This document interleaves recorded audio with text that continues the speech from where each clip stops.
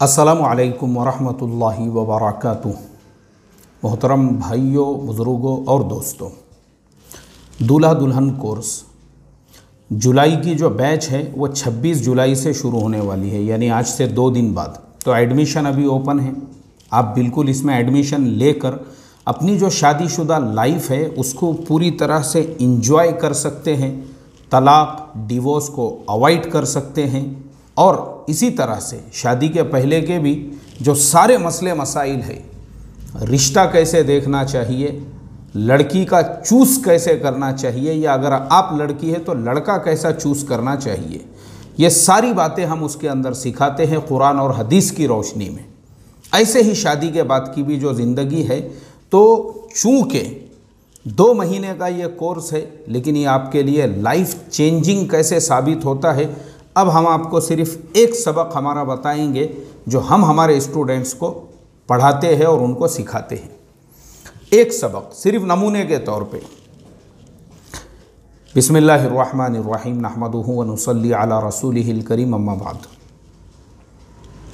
अल्हम्दुलिल्लाह, अब आप मियाँ बीवी जो है एक साथ में बेहतरीन तरीक़े से ज़िंदगी गुजार रहे हो, एक दूसरे की लाइफ को इंजॉय कर रहे हो। तो सबसे पहला स्टेप तो ये है कि शादी के बाद आप सबसे पहली फ़िक्र ये करें कि जल्दी से जल्दी आप किसी औलाद के वालिद या वालिदा बन जाए, इसलिए कि ये नेचुरली अल्लाह तबारक व तआला ने मर्द और औरत के अंदर ये चीज़ रखी हुई है। जितना आप डिले करोगे, जितना आप लेट करोगे, औलाद पैदा होने के चांसेस उतने ज़्यादा कम होंगे। साइंटिफिक तौर पे अगर हम देखेंगे तो साइंस मेल एंड फीमेल के लिए जो साइंस का क्राइटेरिया है वो क्या है, तो साइंस ये कहता है कि बुलूगियत के बाद से लेके 18 साल तक लड़की के प्रेग्नेंट होने के चांसेस 100% होते हैं। 18 से लेके 25 तक 80% होते हैं, 25 से लेके 30 तक 60% होते हैं, 30 से लेके 40 तक 40% होते हैं, और 40 से लेकर तो 45 तक वो बाकी रह जाते हैं 20%। And after 45th years she can't get pregnancy, she will be unable to get pregnancy. 45 साल के बाद जैसे ही उसके पीरियड्स बंद हो गए, वो औरत प्रेग्नेंट नहीं हो सकती है। तो इसके लिए चूँकि ये खुदा का एक कुदरती निज़ाम है, तो जितना जल्दी आपकी शादी हो चुकी है उसके बाद आप उतने जल्दी ये कोशिश करें कि आप किसी औलाद के वालिद या वालिदा बन जाए। ऐसे ही मर्द जो होता है उसके स्पर्म के अंदर अल्लाह तबारक व तआला ने बच्चा पैदा करने वाले जो जरासीम हैं वो करोड़ों की तादाद में रखे हैं, करोड़ों की तादाद में।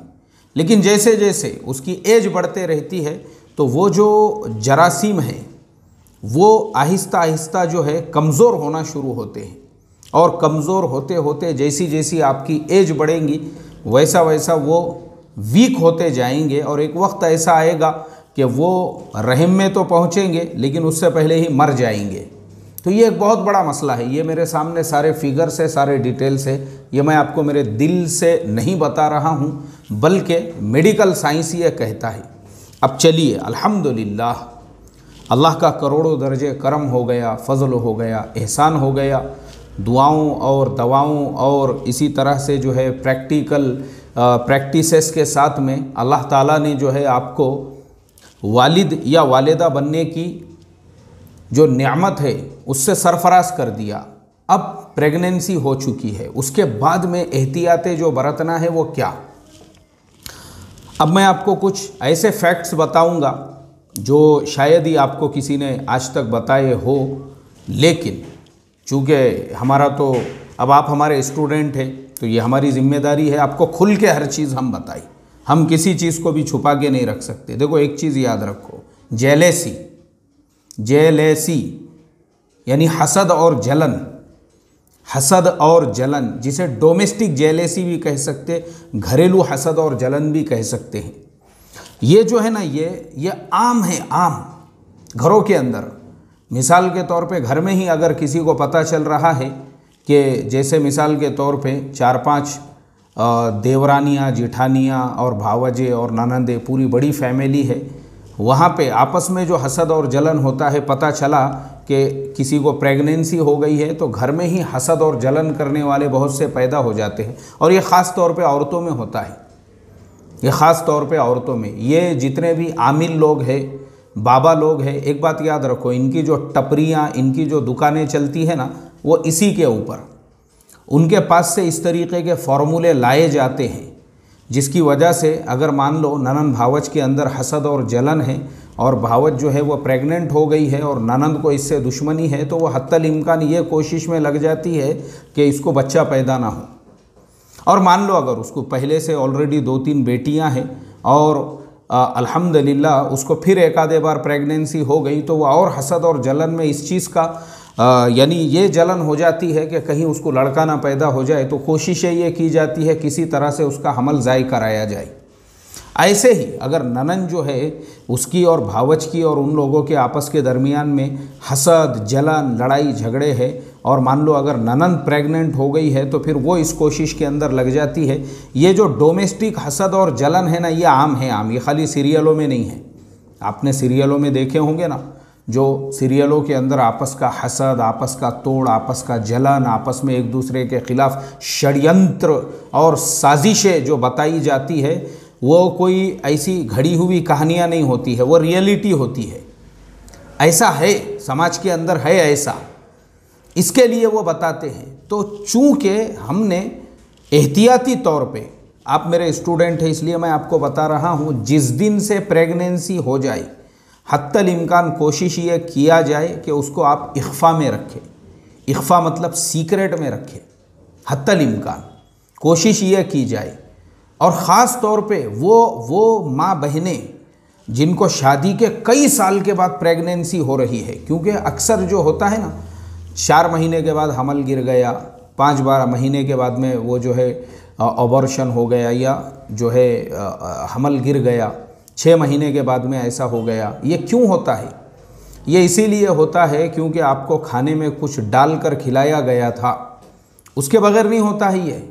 या आपको जो है बराबर से जो ट्रीटमेंट मिलना चाहिए था या जिस तरीके से आपको ट्रीट करना चाहिए था वो नहीं किया गया, जिस तरीके का खाना आपको देना चाहिए था, जिस तरीके का फूड, जिस तरीके का डाइट, वो नहीं हुआ। इसीलिए ऐसे नहीं होता है। एक बात याद रखो, किसी औरत से अगर समझो 2 महीने, 4 महीने, उसके 6-6 महीने में अगर हमल गिर रहे हैं और वो भी 4 बार 5 मरतबा, या ऐसे ही नहीं होते हैं, ये सिर्फ हसद और जलन की वजह से होते हैं।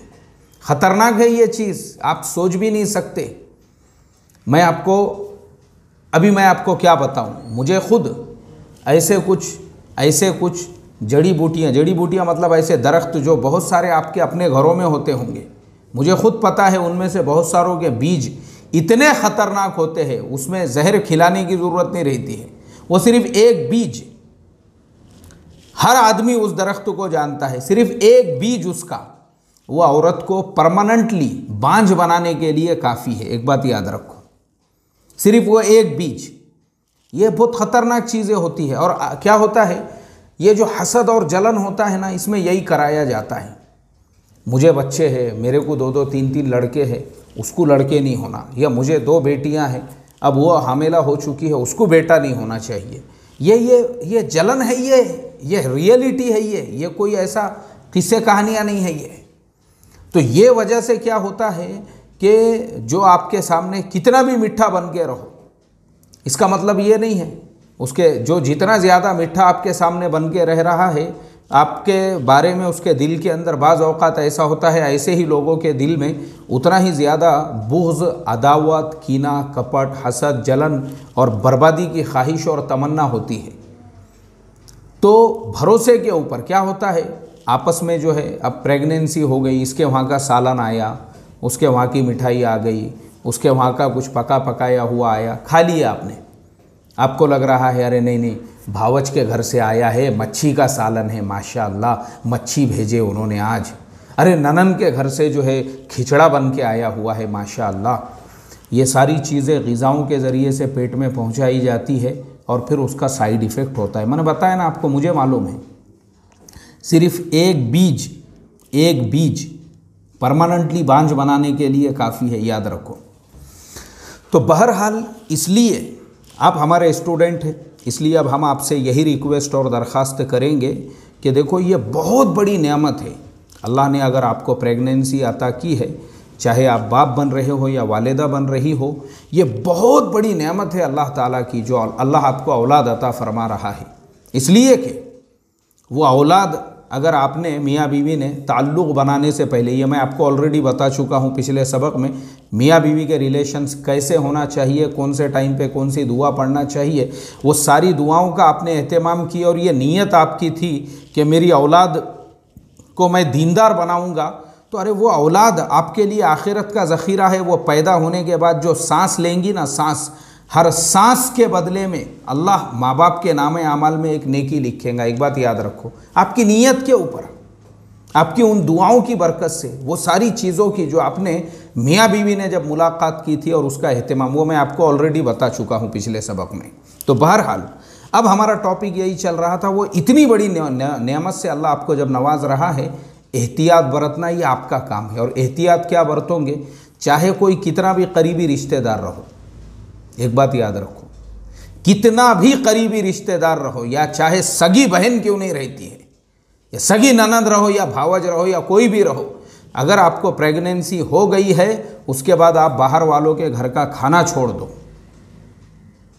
किसी के भी घर का, चाहे किसी के वहाँ से मच्छी आई हुई हो, चाहे किसी के वहाँ का खिचड़ा आया हुआ हो, चाहे किसी के वहाँ का पाए का सालन आया हुआ हो, चाहे किसी के वहाँ का मिठाई हलवा आया हुआ हो, बिल्कुल आप उसको हाथ मत लगाइए।